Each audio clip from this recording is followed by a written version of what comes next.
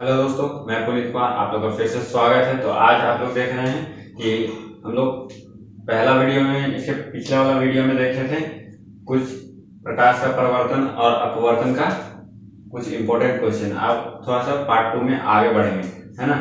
तो इसमें क्या है कि अवतल दर्पण के दो उपयोग को लिखें और दूसरा क्वेश्चन क्या है कि उत्तल दर्पण के दो उपयोग को लिखें।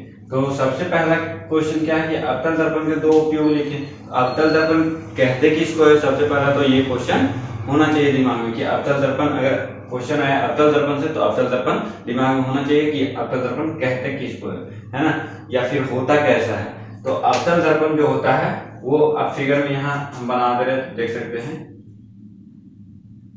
इसको अवतल दर्पण कहते हैं। अवतल दर्पण मतलब इधर से कोई प्रकाश आ रहा है ना, और ये जो इस साइड किया हुआ है ये शैडो भाग है, मतलब इसको क्या कर दिया गया है, इधर से पेंट किया जाता है, तो मतलब इधर से चेहरा दिखता है ना। तो इसका दो उपयोग क्या है? तो पहला उपयोग है कि सोलर कुकर में इसका उपयोग किया जाता है, अवतल दर्पण का सोलर कुकर में उपयोग किया जाता है। और दूसरा क्या है कि मोटर कार के हेडलाइट में किया जाता है, जिस कारण से क्या होता है, तो लाइट जो है पूरा फैलता है ना।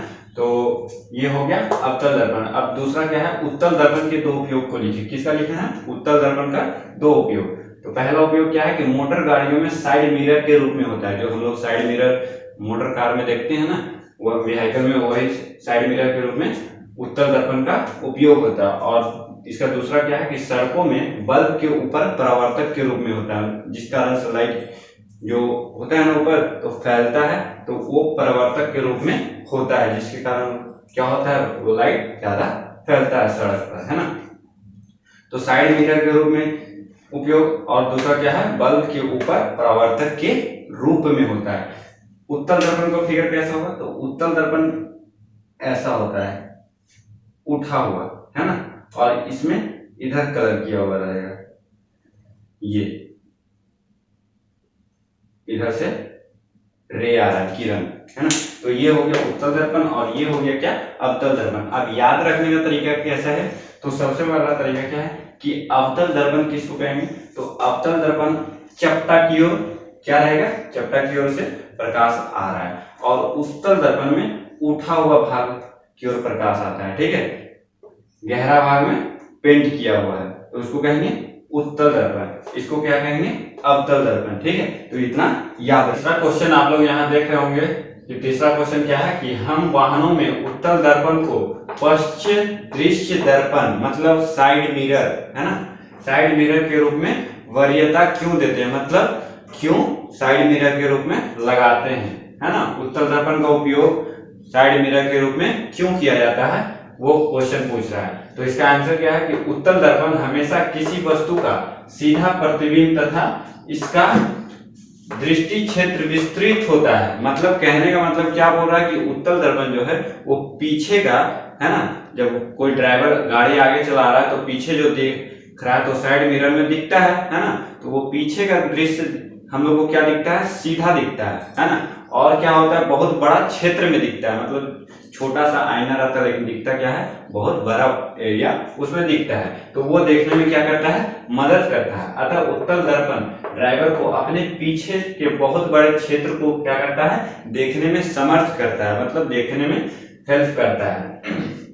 इसलिए उत्तल दर्पण का उपयोग साइड मिरर के रूप में किया जाता है। तो ये क्वेश्चन का आंसर तो बहुत इजी है और समझ में भी आ गया कि क्या किया जाता है, क्यों किया जाता है और कैसे किया जाता है ना।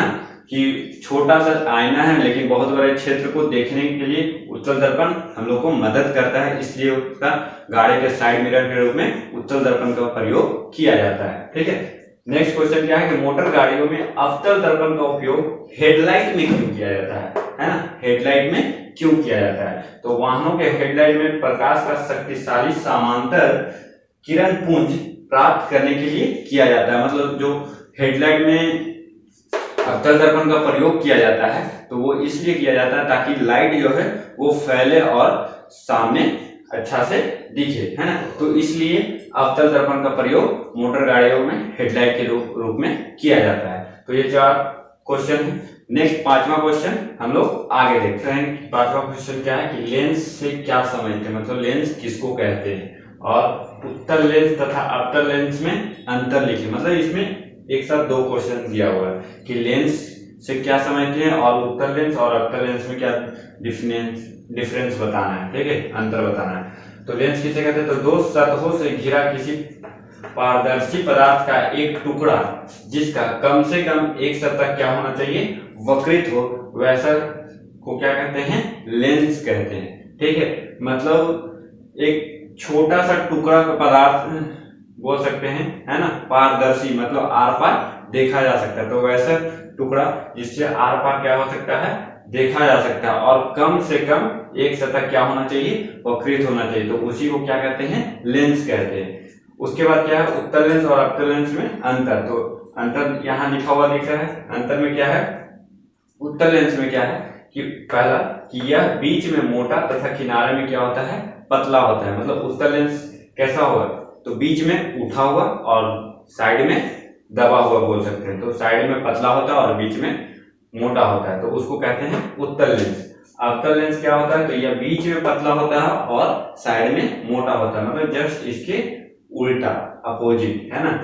दूसरा इसमें क्या है कि इसमें किरण संतृप्त होती है। संतृप्त मतलब होना, एक साथ होना, जमा हो जाना, है ना। तो इसमें किरणें क्या होती है? संतृप्त होती है। और अवतल लेंस में किरणें क्या होती है? अपसरित होती है। अपसरित मतलब फैल जाना। तो इसमें अवतल लेंस में किरणें क्या हो जाती है? अपसरित हो जाती है।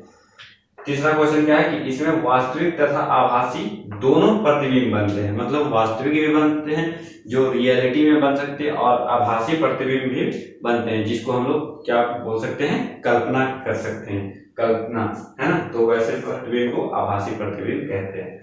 इसमें क्या है कि इसमें केवल आभासी प्रतिबिंब बनते हैं। मतलब अवतल लेंस में केवल और केवल सिर्फ और सिर्फ आभासी प्रतिबिंब ही बनते हैं। मतलब काल्पनिक बोल सकते हैं कि सिर्फ उसको हम क्या कर सकते हैं? सोच सकते हैं कि हाँ ये फिगर यहाँ बनेगा, लेकिन वास्तविक अवतल लेंस में नहीं बनता है, ठीक है। तो ये पांचवा क्वेश्चन था, और यहाँ तक ये सारा क्वेश्चन जो भी अभी तक हम बताए हैं वो सारा का सारा क्या है? इंपॉर्टेंट क्वेश्चन है एग्जाम की दृष्टि से, ठीक है।